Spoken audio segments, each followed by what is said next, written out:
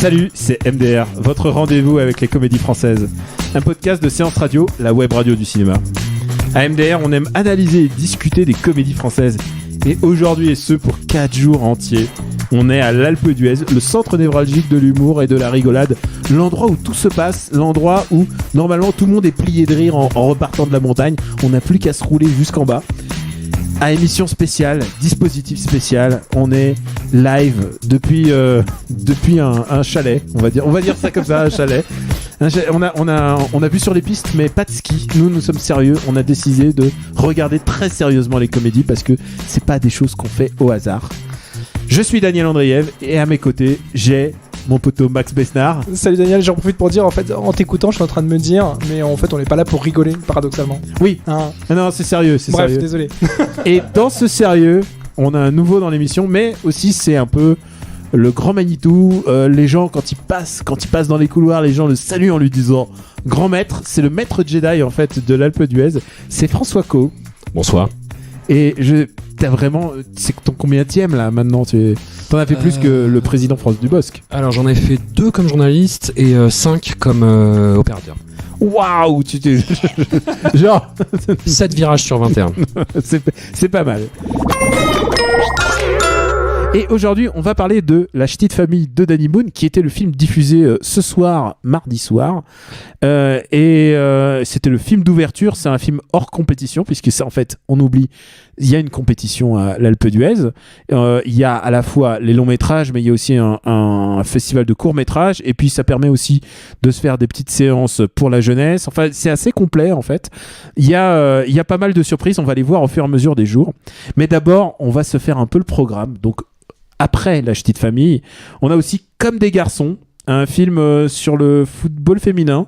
Et je sens que Max est chaud comme la braise. Alors, le foot, moi, c'est vraiment pas du tout mon truc. En fait. Après, pourquoi pas, ça peut être drôle, mais le trailer m'a pas du tout donné envie tout à l'heure. François? Alors le foot c'est pas ton truc, moi mon Max Boublil c'est pas mon truc. Je sais qu'il est bon dans certains films. J'adore Max Boublil moi. Mais pourquoi? Je sais pas, je le trouve super dans le nouveau, il est vraiment génial quoi. Oui, voilà. Mais c'est pas un rôle où il est majeur, enfin il est plus comme un électron libre qui est déposé là. Il y a aussi la finale, donc la thématique foot est 100% respectée.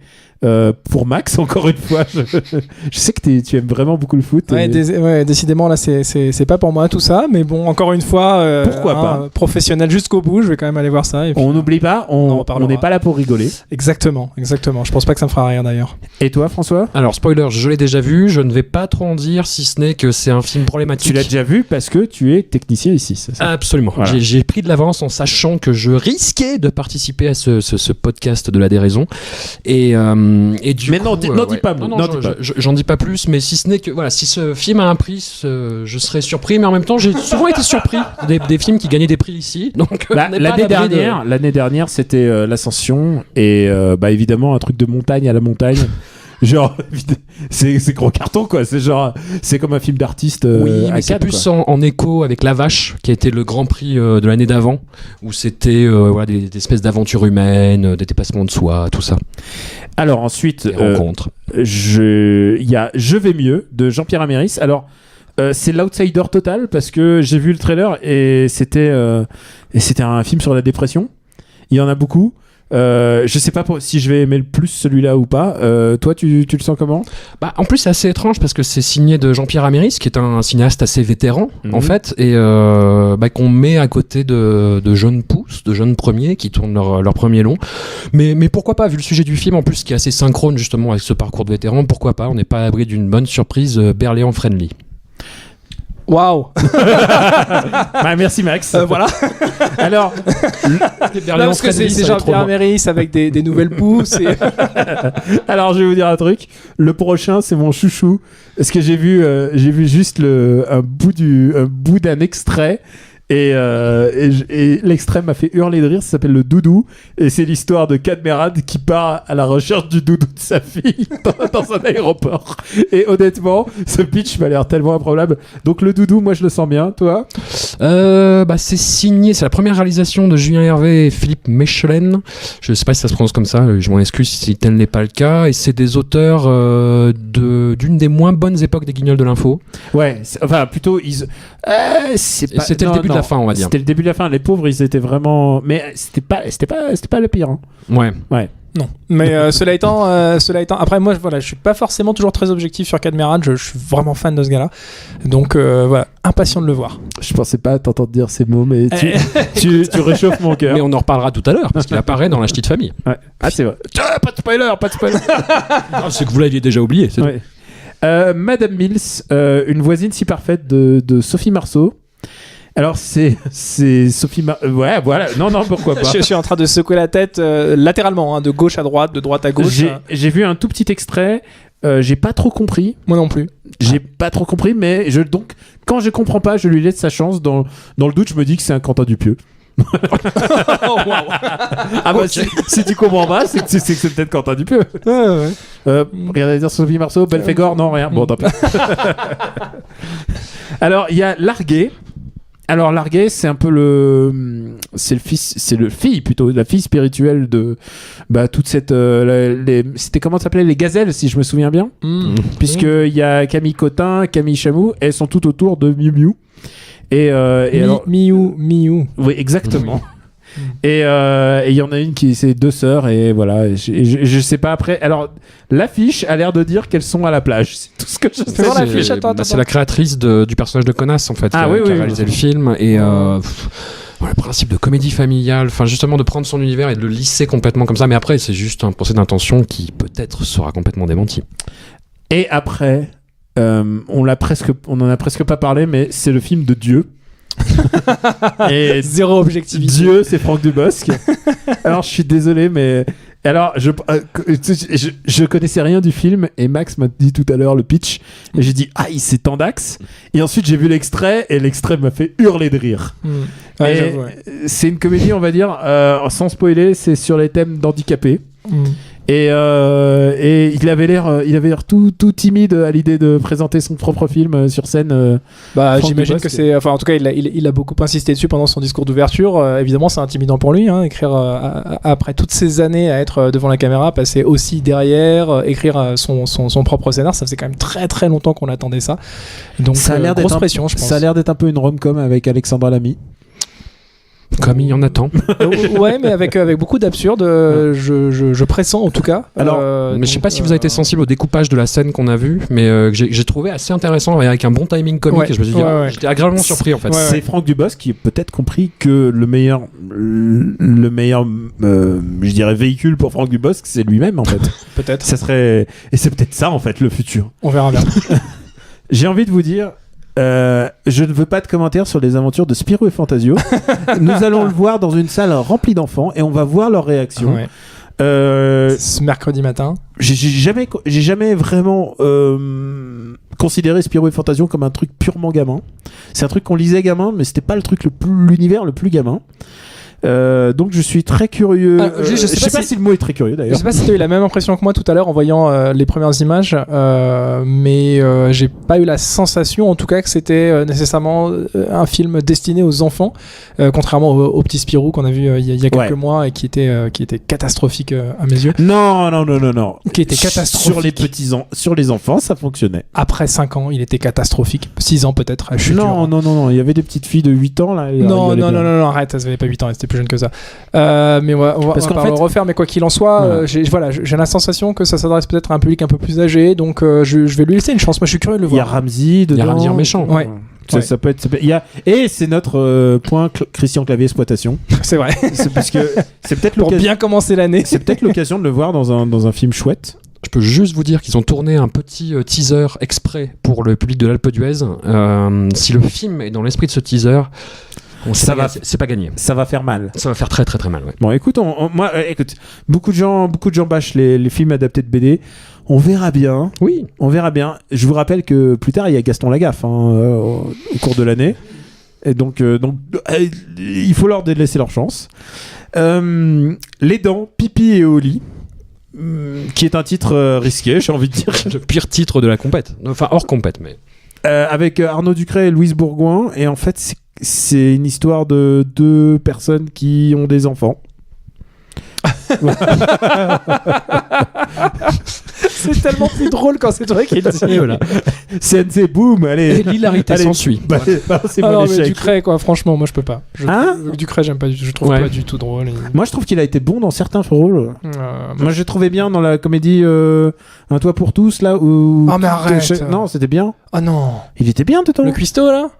Non, là, tu confonds. Ah non. L'embarras du choix. L'embarras du choix. Mon non. Dieu, quelle catastrophe ce film. Non, l'embarras du choix. Mais l'embarras du choix, c'est pas lui le fautif. Hein. Non, c'est pas lui le fautif, mais c'est juste que. Alors peut-être que. Ah, ok, je suis méchant. Peut-être que je l'ai jamais vu dans un rôle qui lui convenait. À mes yeux. Peut-être.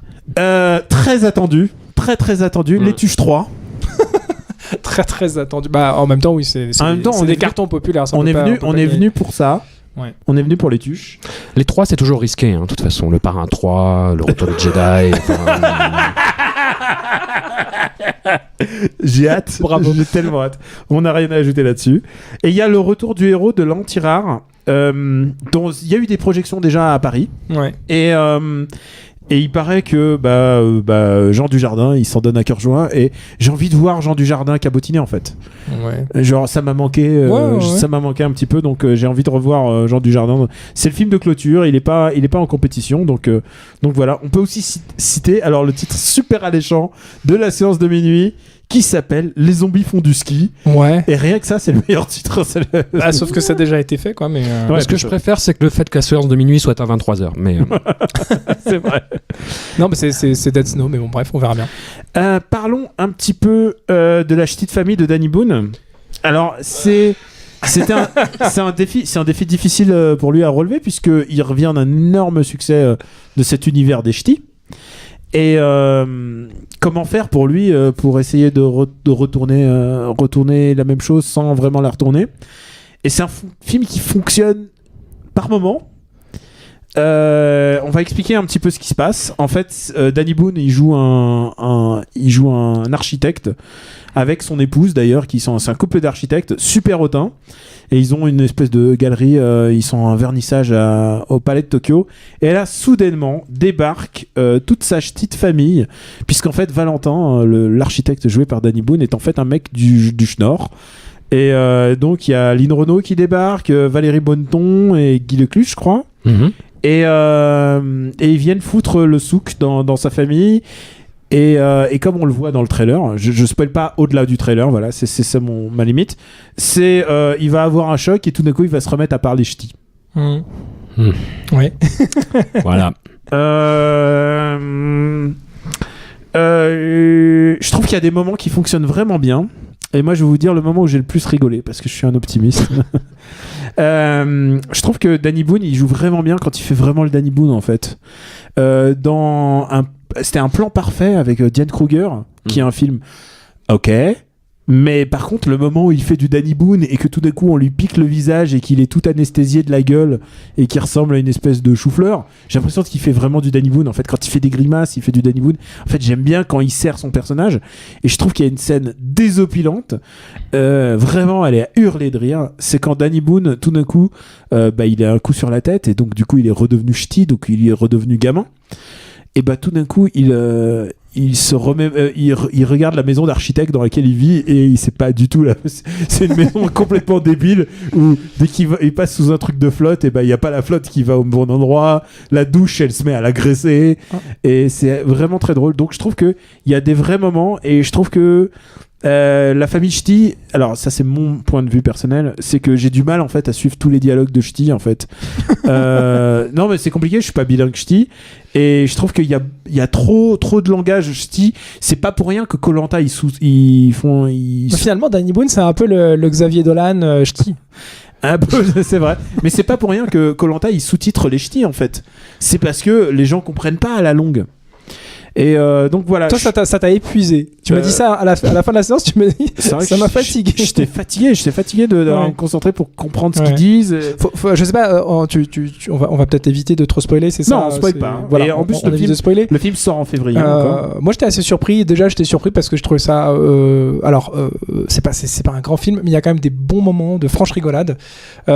Beaucoup plus en tout cas que Bienvenue chez les Ch'tis, moi, devant lequel je m'étais complètement endormi. Mais littéralement, j'avais dormi. C'est un buddy movie, rappelons-le, surtout. Bien sûr. Et surtout, il alors c'est très cliché peut-être de dire ça, mais La Ch'ti de famille, pour moi, c'est un film assez schizophrène. T'as d'un côté une comédie qui est quand même assez décapante sur l'univers parisien un peu hautain, les hipsters, on va voir au-delà du hipster, c'est les gens vraiment branchés quand ils font le couple de designers au départ. Et puis t'as ce côté les ch'tis, bienvenue chez les ch'tis Origins, qui à mon avis gangrène beaucoup le propos, qui est à mon sens lourdingue. J'ai pas du tout kiffé tous ces moments-là où il retombe encore dans le délire bienvenue chez les ch'tis. Je trouve que ça fonctionne pas et c'est dommage parce qu'il tenait quelque chose qui était assez fort à la base. François.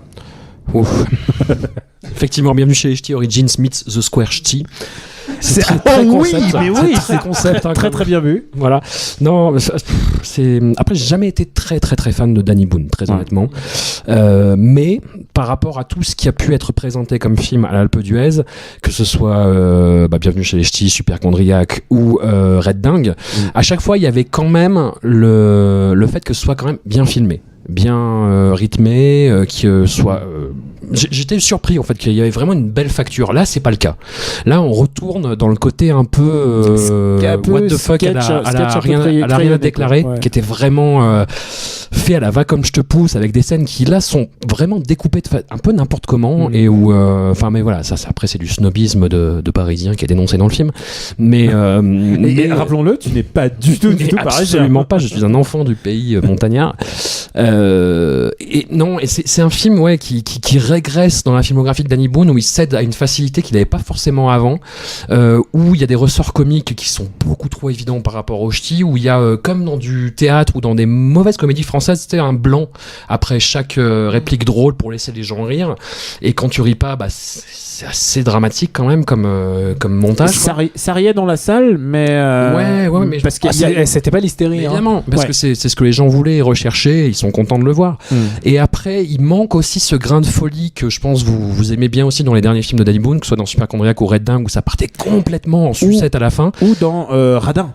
Ou dans Radin, mais après c'est Fred Cavaillé, donc c'est un peu particulier comme film. Et surtout c'était un film d'humour, mais très noir en fait. Ouais. Mais en même temps, tu demandes à Fred Cavaillé de faire un film d'humour, c'est ça aussi. Ça va être dark. Et là, cet espoir en fait reposait sur le personnage de Pierre Richard, mais on va pas spoiler, mais ça reste assez convenu là aussi, quoi. Alors c'est intéressant parce que Pierre Richard, il a très peu d'interaction dans le film, il est toujours dans son coin, et du coup il lui demande de faire du Pierre Richard, mais un peu ce qu'il fait sur scène en fait. Si tu aimes voir Pierre Richard au théâtre, tu vas aimer là, parce qu'il fait à peu près la même chose que ce qu'il fait au théâtre, c'est-à-dire du burlesque, mais j'ai glissé dans la cuisine, je tombe sur la table, machin. Mais seul tout. Moi j'aime bien Pierre Richard. Oui, moi aussi j'aime bien. Je suis un peu. Mais pas de souci, j'adore Pierre Richard. Ouais. Mais après aussi, toujours dans ce registre de la facilité, il y avait des choses qui étaient assez finement préparées, tous ces running gags qui étaient amenés pendant le film avec les sciatiques, à cause de ces meubles designés n'importe comment. Parce qu'évidemment c'est un mec branchouille, et donc il fait des meubles imbitables, on va le dire, mais en plus il y a une espèce de presque une pique à lancer à Stark. Donc on l'entend à un moment où genre tu dis oh putain ça va être engagé et tout, et en fait ça retombe un petit peu, quoi. Oui, et puis ça devient le côté un peu désagréable. Ça commence comme The Square, et puis ça vient en côté un peu facile, un peu désagréable, en critique un peu neuneux de l'art contemporain, du parisianisme, alors que justement il y avait un discours qui aurait pu être intéressant. Enfin après c'est du procès d'intention, hein, mais où moi je voyais le truc en disant il faut un petit peu de tout pour faire un monde, tu vois, Arnold et Willy, etc. Mais là non, ça vire en truc un peu feignant. C'est un peu facile d'avoir opposé les deux mondes en fait, hein. C'est là-dessus que je disais que c'était un peu schizophrène. Il s'est honnêtement pas vraiment foulé sur l'écriture. Et il y a un vrai truc, c'est que les ch'tis, alors qu'ils soient représentés comme ch'tis et qu'il y a des problèmes d'incompréhension, je veux bien, mais ils sont aussi représentés comme des gens débiles en fait. Ça c'est peut-être le plus gros point noir du film, ce côté bienvenue chez les neuneux en fait. Alors qu'il est tendre avec les ch'tis, il les aime bien justement, mais sa culture, mais il y a un vrai problème d'intelligence en fait. Et j'ai un vrai problème quand les gens jouent les gens bêtes, et il y a un vrai j'ai un souci en fait avec ça, quoi. Alors qu'encore une fois quand le film démarre sur ce couple de designers plutôt branchouille, tu dis bon pourquoi pas, ils sont un petit peu barrés, mais il y a quelque chose de presque vrai dedans, et dès qu'on arrive encore une fois chez les ch'tis, ça part complètement en vrille, ça force, ça surjoue, et ça va finalement à peu près nulle part. C'est assez dommage ça quand même. Je dois souligner quand même que j'ai vraiment beaucoup aimé la prestation de Laurence Armey, qui est jamais gâtée en fait dans les comédies. Je trouve qu'elle a jamais eu de rôle à sa mesure en fait. Et là, en l'occurrence, elle devait jouer la femme de Danny Boone. Elle aurait pu être qu'un faire-valoir, comme souvent les comédies qui reposent sur en général un artiste en particulier. Et bah là, en l'occurrence, elle a un vrai mobile, elle a une vraie existence par rapport à son mari, elle fait tourner la boîte, elle a vraiment une utilité, et en plus c'est par elle que vient le vecteur de tolérance. Elle s'accroche jusqu'au bout en plus. Donc là encore, alors qu'on aurait pu croire que c'est la pain-bêche parisienne et tout, et en fait non, il la traite relativement bien. Il y a une vraie performance aussi dans je sais pas trop comment l'amener sans trop spoiler. Non, alors spoil pas. Il y a vraiment une vraie performance de Laurence. Très belle performance de sa part. Qu'il faut saluer. Mais on peut lui reconnaître qu'il écrit des personnages féminins intéressants, qui sont pas toujours très convaincants. Et il faudrait étudier la relation qu'il a avec Valérie Bonneton dans ses films. Il y a un vrai truc qui se passe. C'est un truc très très étrange, mais qui est assez. Faut pas le dire, mais il y a un vrai plot. Il y a un plot twist. Il y a un double plot twist qui nous a fait exploser la tête. Oh là là, c'est génial quand ça arrive. Et genre, oui, Sixième Sens, bah. On en est pas loin. Mais genre, on s'est regardé, on a fait waouh. Qu'est-ce qui se passe? Et là, il y avait un vrai truc rigolo qui se passait. L'épisode 8 de Twin Peaks. Voilà. Donc voilà. Ah oui, non, j'allais ajouter aussi une petite bricole dont je t'ai fait part quand on est sorti de la séance. C'est ce côté aussi très lourdingue sur son propre personnage. Donc je parle de Danny Boone, son propre personnage après l'accident. Il y a quelque chose de tellement pas logique et crédible dans la façon dont il s'appréhende. Moi ça m'a beaucoup dérangé, ça m'a complètement sorti en fait du film à plein de reprises.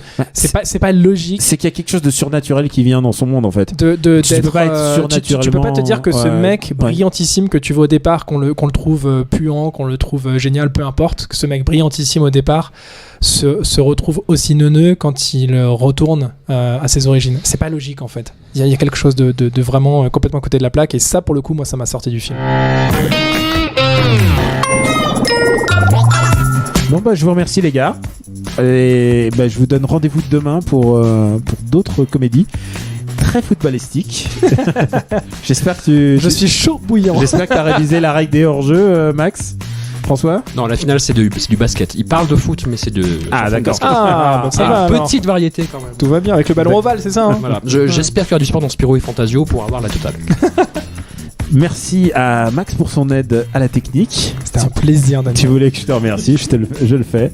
Pour nous retrouver, c'est MDR sur Apple Podcast et sur toutes les applis dédiées SoundCloud. Merci de vous abonner, de laisser des commentaires et puis d'en parler autour de vous, car on est vraiment en opération spéciale. C'est vraiment, si vous voulez que ça continue, soutenez-nous dans cette épreuve. Il y a quand même quelques films que j'ai vraiment hâte de voir durant ce festival. On va quand même bien se marrer les gars, pas vrai ? Oh oui, j'ai hâte.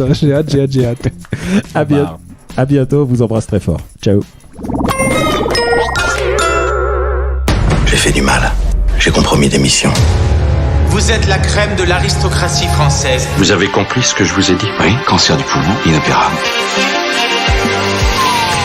Next épisode, c'est le nouveau rendez-vous 100% série de Séance Radio avec Charline Roux et son équipe. Bienvenue dans Next épisode, votre nouveau podcast consacré aux séries télé tous les mardis à 19h sur Séance Radio. Je ne vous demande pas, messieurs, si c'est une bonne nouvelle, puisque je décide arbitrairement ici que oui, en fait. Ouais, comme tu disais, c'est un beau produit. Enfin, il y a un truc qui est quand même un peu carré, bien foutu. Next épisode, le mardi à 19h sur Séance Radio, est disponible sur toutes les applications podcast.